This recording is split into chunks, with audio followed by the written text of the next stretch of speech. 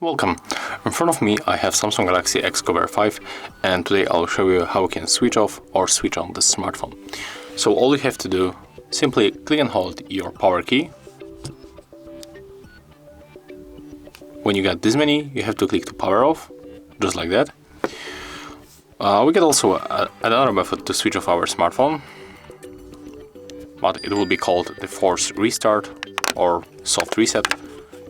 You can simply remove your battery, just like that. So when you remove it, your smartphone will be automatically turned off. So we have basically two methods how we can make it. And right now, how to switch it on? Just use the same power key on the right edge, click and hold this power key.